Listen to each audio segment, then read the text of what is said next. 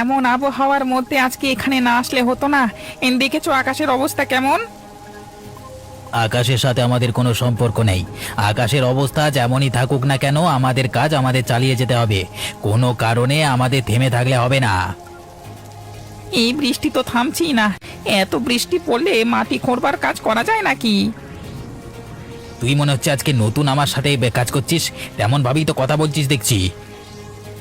আরে না না, আমি তোমার সঙ্গে নতুন কাজ করছি তা তো বলছি না। তবে আবহাওয়াটা আজকে তেমন একটা ভালো নয়, সেটার কথাই বলছি। আবহাওয়ার কথা তোকে চিন্তা করতে হবে না। তুই মাটি খোঁড়বার কাজটা কর, হাত চালিয়ে কর। দিন দিন দেখছি তোর কাজের দক্ষতা কমে যাচ্ছে। শুনেছি প্রতিনিয়ত কাজ করলে মানুষের কাজের দক্ষতা বাড়ে, কিন্তু তোর কমে যাচ্ছে কেন সেটাই তো বুঝতে পারছি না। আরে আরে, আমার কাজের দক্ষতা কমে যায়নি। কাজের দক্ষতা কমে না গেলেও তোর মন মানসিকতা কমে গেছে কাজের ক্ষেত্রে। দেখছি আগের মতো তোর মন মানসিকতা নেই। আরে তেমন কিছুই না, তুমি যে কি বলো না। এমনিতে বৃষ্টির জন্য একটু মানে নাক নাড়ছিলাম আর কি। আর নাক নাড়তে হবে না, তাড়াতাড়ি হাত চালা। এই তো কাজটা প্রায় শেষ হয়ে এলো। চলো চলো, এখন ঘরের ভেতর ঢোকা যাক। চল ভেতরে ঢোকা যাক, তবে আস্তে আস্তে সাবধানে যেতে হবে, ঠিক আছে?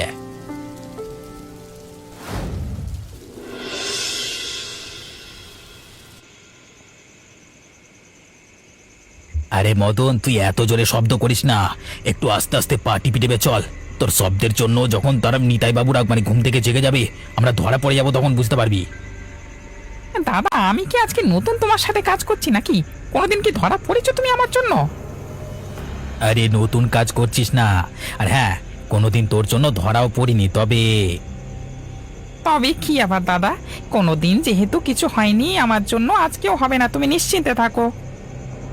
সব সময় তো নিশ্চিন্তে থাকি, কিন্তু আজ প্রথম থেকেই দেখলাম তোর কাজের কেমন একটা অনীহা। তাই জন্যই তোকে নিয়ে আজকে আমার ভয় করছে। আমাকে নিয়ে তোমার এত ভয় পাবার কোনো কিছু নেই। কি কি জিনিসপত্র নেবো এখান থেকে সেগুলো তুমি বলো, আমি ঝুলিতে ভরে নিচ্ছি। কি কি জিনিসপত্র নিবি তাও কি আজকে আমাকে বলে দিতে হবে নাকি? আরে অনেক সময় তো চুরি করতে গিয়ে কিছু ভালো জিনিস না পেলে হাঁড়ি পাতিল যা আছে তাও আমরা নিয়ে যাই। আজকে কি তাই করবো নাকি সেটা জিজ্ঞেস করলাম। আরে না না, এখানে হাঁড়ি পাতি নেওয়ার কোনো দরকার নেই। তার বাসায় যে সমস্ত টাকা পয়সা সোনা গহনা সেগুলো নিলেই আমাদের চলে যাবে। তুই যত পারিস সোনা গহনা এগুলো পুঁটলির মতো ভরে নে, তাড়াতাড়ি কর।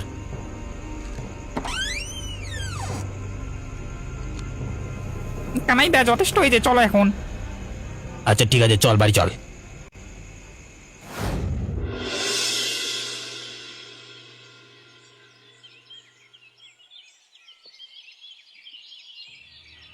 ও গিন্নি, তুমি এখনো ঘুমিয়ে আছো? ওগো, একবার উঠে দেখো, আমাদের যে সর্বনাশ হয়ে গেছে। কি হলো? সকাল সকাল এত চেঁচামেচি করছো কেন? তোমার জন্য প্রতিটা দিন না আমি শান্তিতে ঘুমোতে পারি না। শান্তিতে আর ঘুমাতে হবে না, উঠে একবার চোখ মেলে দেখো কি হয়েছে। কি হয়েছে? ঘরের জিনিসপত্র এভাবে ছড়িয়ে ছিটিয়ে আছে কেন? কি হয়েছে সেটা তুমি এখনো বুঝতে পারছো না গো? আমাদের ঘরে চুরি হয়ে গেছে, সব কিছু আমাদের নিয়ে গেছে। আমাদের বড় ক্ষতি হয়ে গেছে, সর্বনাশ। হায় উপরওয়ালা, কে আমাদের এত বড় ক্ষতি করলো? কত কষ্ট করে টাকা জিনিসগুলো গড়িয়েছিলাম আমরা, চোর এসে সবগুলো এমন ভাবে চুরি করে নিয়ে গেল। সেটাই তো বুঝতে পারছি না, কে এমনটা করতে পারে। কানাই আর মদন করেনি তো? ওরা গ্রামের চোর তা সবাই জানে, কিন্তু কোনো উপযুক্ত প্রমাণ ছাড়া ওদেরকে তো আর ধরা যাবে না। আমাদেরই দোষ, আমরা না খেয়ে সবসময় ঘুমিয়ে থাকি, কোনো কিছুই টের পাই না। এমনকি আজ ঘরে ঢুকে মাটি খুঁড়ে চুরি করে নিয়ে গেল, সেটাও টের পেলাম না। তোমার দোষ দিইনি গিন্নি, চোর কখন কিভাবে চুরি করবে সেটা তো তুমি আমি কেউই জানি না। তুমি নিজেকে দোষারোপ করো না। আমি নিজেকে কোনোভাবেই ক্ষমা করতে পারছি না। উপরওয়ালা কেন আমাদের সাথে এমনটা করলেন? থাক গিন্নি, তুমি এভাবে ভেঙে পড়ো না, আমি আছি তোমার কাছে, মানে মানে সাথে।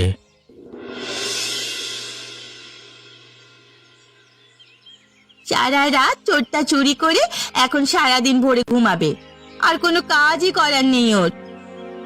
প্রত্যেকদিন সকাল সকাল তোমার এত চেঁচামেচি আমার একদম ভালো লাগে না। আরে পাগল, এখন সকাল নাকি দুপুর হয়ে গেছে, সেটা কি তোমার খেয়াল আছে? দুপুর হলেও সেটা আমার কাছে সকাল। আমি তো ঘুমিয়েছি একটু আগে, নাকি? হ্যাঁ অবশ্যই, তা তুমি ঠিকই বলেছো। সারা রাত ধরে চুরি করতে করতে ঘুমোতে তো আর পারোনি, সকালে এসেই তো ঘুমানোর সুযোগ হয় তোমার। সারা দিনভর তো ঘুম থাকবেই। সারা দিনভর তুমি এমন মাত্রা খেও না তো, আমার বাসায় দুদণ্ড শান্তিতে থাকতে পারি না তোমার জন্য। তোমাকে কত করে বলেছি এমন চুরি ডাকাতি এগুলো তুমি ছেড়ে দাও, ভালো মানুষ হওয়ার চেষ্টা করো। কিন্তু দিন দিন দেখছি তোমার চুরি ডাকাতির মাত্রা আরো বেড়েই যাচ্ছে। কোনো ক্রমে তুমি আমার কথা শুনছো না। আমি চুরি না করলে তুমি খাবে কি? এত দিনে তো না খেয়ে শুটকি হয়ে যেতে। আমি চুরি করে না আনলে পেটে খাবার জুটতো না। সবাইকে চুরি করে সংসার চালায়, সৎ পথে তারা আয় রোজগার করে। তুমি কি তেমনটা পারো না? না না, আমি তেমনটা পারি না। ঠিক মতো ঘুমাতে পারছি না, কানের কাছে জ্ঞান জ্ঞান শুরু করে দিয়েছে। এই বাড়িতে কোনো শান্তি নেই, আমি চললাম। তুমি থাকো তো, ভালো লাগে না কলা। যাও যাও, তোমার সঙ্গীকে নিয়ে বাজারে বসে নতুন চুরির ফোন দিয়ে আটো গিয়ে। ভালো কাজ তো আর তোমাদের দ্বারা সম্ভব না। কি হলো কানাইদা, আজকে তো দেখছি তুমি আমার আগে এসে হাজির হয়েছ। এখানে প্রতিদিন তো আমি তোমার আগে এসে বসে থাকি, তোমার জন্য অপেক্ষা করি। আরে বাসায় আর থাকা যাচ্ছে না। প্রতিদিন গিন্নির কানের কাছে ঘ্যান ঘ্যানানি আর ভালো লাগছে না। কি হয়েছে? তোমার গিন্নি আবার কানের কাছে ঘ্যান ঘ্যানানি শুরু করেছে কেন? আবার কি হবে, সেই পুরনো কাহিনী। আরে নীতির গান শোনাচ্ছে আমাকে, ভালো হয়ে যাও, সৎ পথে আয় রোজগার করে, সব ছেড়ে দাও। এগুলো আমার শুনতে ভালো লাগে বল? একই সমস্যা বুঝলে, আমার বাসায় গিন্নি এমনটা বলে। কি করব সেটাই তো বুঝতে পারছি না। কি করবি আবার? এইসব গিন্নির ঘ্যান ঘ্যানানি কানে নেওয়া যাবে না, তাহলে বড় কিছু করা যাবে না, বুঝলি? সব সময় গিন্নিদের ঘ্যান ঘ্যানানি এক কান থেকে শুনে অন্য কান দিয়ে বের করে দিবি। তেমনটাই তো করতে চাই, কিন্তু সংসারে যে অশান্তি লেগেই আছে, দুদণ্ড সংসারের শান্তিতে থাকতে পারি না। আরে বড় একটা দাও মেরে নিলে এই গ্রাম ছেড়ে আমরা শহরে চলে যাব। তখন আর চুরি ডাকাতি করবো না, ব্যবসা বাণিজ্য করব, গিন্নিরা তখন কিছু বলতে পারবে না। এটা তুমি ঠিক কথাই বলেছ কানাইদা। তা এখন কি করা যায় সেটা কি ভেবেছো? আরে একটু আস্তে কথা বল না, তোর জন্য সব যে আমার কিল্লা ফতে হয়ে যাবে কে জানে কখন। আচ্ছা আচ্ছা ঠিক আছে দাদা, তা কি করবে একটু বলো তো, নতুন বুদ্ধি কিছু আছে? ভাবছি অসহায় বুড়ির বাড়িতে চুরি করব, সেখানে কেউ আমাদের আটকাবে না, ধরা পড়বার ভয়ও নেই। ঠিক সময় চলে আসিস। আচ্ছা ঠিক আছে, আমি ঠিক সময় চলে আসবো।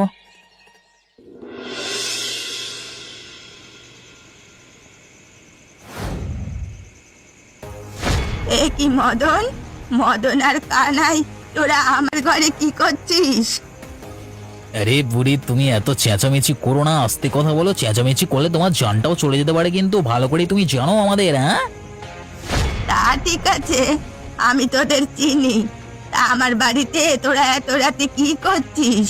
কি জন্য এখানে এসেছিস সেটা আমাকে বল তো। আরে দাদা, এই বুড়ি তো দেখছি বোকা আছে। কি জন্য এসেছি সেটা কি বুঝতে পারছে না? বুঝিয়ে দেবো নাকি বুড়িটাকে? না না, বুড়িটা এমনিতেই যায় যায় অবস্থা, ওকে বোঝানোর দরকার নেই। তোরা কি বলছিস? আমি তো কিছুই বুঝতে পারছি না। খুব সুন্দরভাবে তোমাকে আমি বলছি বুড়ি, আমরা কি করি তা তুমি ভালো করেই জানো। তোমার বাড়িতে যা আছে আমাদের দিয়ে দাও, তোমাকে কিচ্ছু করব না। আমরা যা নিতে এসেছি, মানে নিতে এসেছি, নিয়ে চলে যাব, ঠিক আছে? না না, আমি তোদের কিছু দেব না। আমি অনেক কষ্ট করে না খেয়ে এগুলো সঞ্চয় করেছি, কোনোভাবেই আমি এগুলো দেব না। আমার শেষ বয়সের জন্য এগুলো রেখেছি। বুড়ি বেশি বাড়াবাড়ি করো না, পরে দেখবে তোমার জানটা চলে গেছে। ভালোই বলছি, তোমায় দিয়ে দাও। না না, আমি কোনো ক্রমেই দেব না। দাদা, বুড়ি যেহেতু কোনো ক্রমেই রাজি হচ্ছে না, তাহলে তো ওনাকে আসল মজাটা দেখিয়ে দিতে হবে। কুচিত করে কেটে দিই। হ্যাঁ, তাহলে দেখিয়ে দে।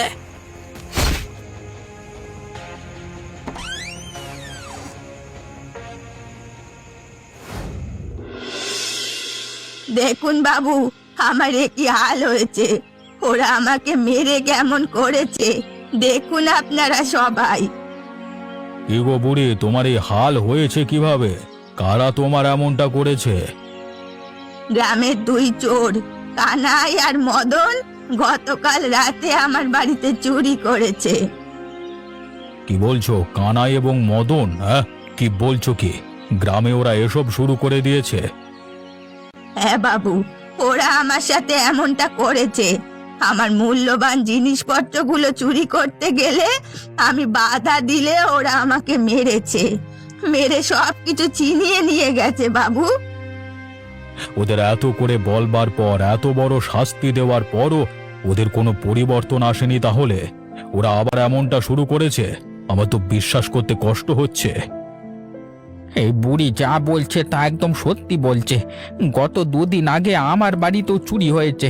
কারা করেছে আমার কাছে কোনো উপযুক্ত প্রমাণ ছিল না, তাই আমি কিছু বলিনি। কিন্তু বুড়ির কাছে উপযুক্ত প্রমাণ আছে। তিনি নিজ চোখে দেখেছেন এবং তাকে যে আহত করা হয়েছে সেটা আমরা দেখছি। আমার উপর অনেক অত্যাচার হয়েছে বাবু। আমি বুড়ো মানুষ, আপনারা এর একটা বিহিত করুন। অবশ্যই একটা বিহিত করতেই হবে এর। এভাবে তো আর চলতে দেওয়া যায় না। তুমি কোনো চিন্তা করো না, তুমি বাড়িতে যাও, আমরা দেখি কি করা যায় ব্যাপারটার। আচ্ছা ঠিক আছে, আমি তাহলে বাড়িতে যাই। হ্যাঁ বুড়ি, তুমি বাড়িতে যাও। আর তোমরা সবাই যারা আছো এ বাজারে, সবাই একটু চোখে চোখে রাখবে কানা এবং মদনকে, ঠিক আছে? বাজারে কি সব কথা হচ্ছে শুনতে পেয়েছো কানাইদা? আরে সবটাই আমার কানে এসেছে। আমাদের বুড়িকে মারা উচিত হয়নি, আর ওভাবে সামনাসামনি চুরি করাটা উচিত হয়নি। এটাই তো আমাদের বড় ভুল। বুড়িকে হালকা না মেরে পুরো মেরে ফেললে এখন আর কোনো বিচার দিতে আসতে পারতো না কেউ। এ কি বলছো তুমি? একদম মেরে ফেলতাম। সেটা করলেই ভালো হতো। এখন দেখছিস না এই বুড়ির জন্য আমরা ঝামেলায় পড়তে গেছি। সেটা বাদ দাও, যেটা হয়েছে সেটা হয়েছে। এখন আমরা সামনে কি করতে পারি সেটা তুমি বলো।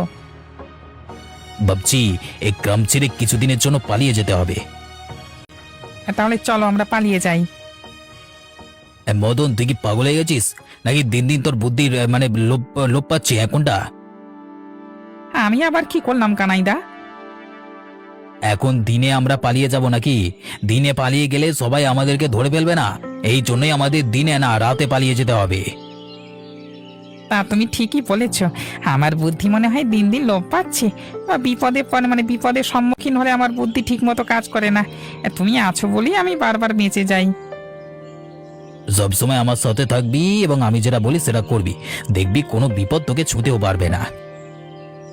আচ্ছা ঠিক আছে কানাইদা, তাহলে এখন আমি যাই। যা যা, সাবধানে যা, আর ঠিক সময়ে এখানে চলে আসিস, আমি উপস্থিত থাকবো। কানাইদা, তুমি আসতে এত দেরি করলে কেন? আমি সেই কখন থেকে তোমার জন্য অপেক্ষা করছি। চারিদিকে চোখ কান খোলা রেখেই তো আমাকে আসতে হয়। দেখছিস না গ্রামে আমাদের নিয়ে কত কথা হচ্ছে, তাই তো হুটহাট করে আসা যায় না। সাবধানে এসেছি আর কি। হ্যাঁ ঠিক আছে, পরে কথা হবে, তাড়াতাড়ি চলো। চল চল। তা পালিয়ে যাচ্ছ কোথায় বাছাধন? আমরা যে তোমার জন্য এখানে কখন থেকে অপেক্ষা করছি। এ কি আপনারা এখানে? আপনাদের খবর কে দিল? আমি নিজে তোদের খবর সবার কাছে দিয়েছি। আমার যে ক্ষতি তোরা করেছিস, আমাকে মেরেছিস, তার শাস্তি অবশ্যই তোদের পেতে হতো। আমাদের ক্ষমা করে দাও, ভুল করে ফেলেছি, আর হবে না। তোদের কোনো ক্ষমা নেই। তোরা আমার বাড়িতেও চুরি করেছিস। তোদের কারণে গ্রামে কেউই শান্তিতে থাকতে পারছে না। তোদের এত করে বুঝিয়েছি, তারপর বললাম গ্রামে চুরি করিস না, অন্য কোথাও করলে কর, গ্রামের মানুষকে শান্তিতে থাকতে দে। কিন্তু তোরা তো কোনো কথাই শুনিসনি। শেষবারের মতো আমাদের ক্ষমা করে দেন, আমরা আর কখনো এমন ভুল করব না। তোদের অসংখ্যবার ক্ষমা করা হয়েছে, এখন আর কোনো ক্ষমা নেই। সবাই মিলে ওদের মারো, মেরে ওদের পুলিশে দিয়ে দাও। এগো গিন্নি, কোথায় তুমি? দেখো আমি এসেছি।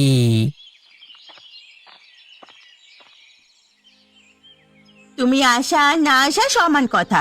যতবার জেল থেকে ফিরে আসো, এসে আবার সেই একই কাজ করো, চুরি ডাকাতিতে লেগে যাও। তাই তুমি আসলে আমি এখন আর খুশি হতে পারি না, বরং ভয়ে থাকি যে তুমি এসে গ্রামে আবারও কারো ক্ষতি করে দিলে। না বউ, এবার আমি আর কারোর ক্ষতি করব না। এবার ভেবেছি আমি ভালো হয়ে যাব। প্রতিবার এসে তুমি একই কথা বলো। তোমার এই মিথ্যে কথা শুনতে শুনতে আমার কান ধরে গেছে। তুমি যে কোনো কালে ভালো হবে না সেটা আমি ভালো করেই জানি। বিশ্বাস করো বউ, এখন থেকে আমি ভালো হয়ে যাব। তুমি আমার সংসার করে দেখো, আমার সুযোগ দাও। না, আমি তোমাকে কোনো সুযোগ দেওয়ার জন্য এখানে অপেক্ষা করছি না। তোমার বাড়ি তোমাকে বুঝিয়ে দেওয়ার জন্য অপেক্ষা করছিলাম। আমি আমার বাপের বাড়ি চলে যাচ্ছি। শেষবারের মতো আমাকে একবার বিশ্বাস করে দেখো, আমাকে ছেড়ে যেও না গিন্নি। ঠিক আছে, আমি চলে যাচ্ছি ঠিক, কিন্তু আমি তোমার সব সময়ের খবর রাখবো। যদি শুনি তুমি সত্যি সত্যি ভালো হয়ে গেছো, তাহলে আমি ফিরে আসবো। তোমাকে এই একটি সুযোগ আমি দিয়ে গেলাম। অবশ্যই তুমি দেখবে আমি ভালো হয়ে গেছি। এখন তুমি যাও, এসে দেখবে আমি পুরোপুরি পাল্টে গেছি। উল্টে দেখুন পাল্টে গেছে মতো। আমিও সেটাই দেখতে চাই। তাহলে আমি গেলাম, তবে সৎ পথে রোজগার করে খেও। ওই দেখেন, এদিকে কানাই আসছে। ও আবার জেল থেকে কবে ছাড়া পেল? তা তো আমি নিজেও জানি না কবে শয়তানটা আবার জেল থেকে ছাড়া পেয়েছে। তা দেখছি এদিকেই আসছে। অপেক্ষা করুন, দেখুন কি বলে এসে। তা তুমি কবে ছাড়া পেলে জেল থেকে, আর এখানে এসেছো কেন? গতকালই জেল থেকে ছাড়া পেয়েছি। এখানে এসেছি একটি কাজের সন্ধানে। আমি আর চুরি ডাকাতি করতে চাইছি না, ভালো হয়ে যেতে চাইছি। আপনারা আমাকে একটি কাজ দিন, আমি কাজ করে খেতে চাই। আমার কাছে বর্তমানে তো এখন কোনো কাজ নেই। তুমি আমার সাথে পরে দেখা করো, কাজ হলে আমি তোমাকে বলবো। নিতাই বাবু, তাহলে আপনি আমাকে একটা কাজ দিন না। না রে কানাই, আমার কাছে কোনো কাজ নেই বর্তমানে, তুই অন্য কোথাও খোঁজ বাপ। আচ্ছা ঠিক আছে বাবু, আমি অন্য কোথাও চেষ্টা করে দেখছি, কাজ পাই না।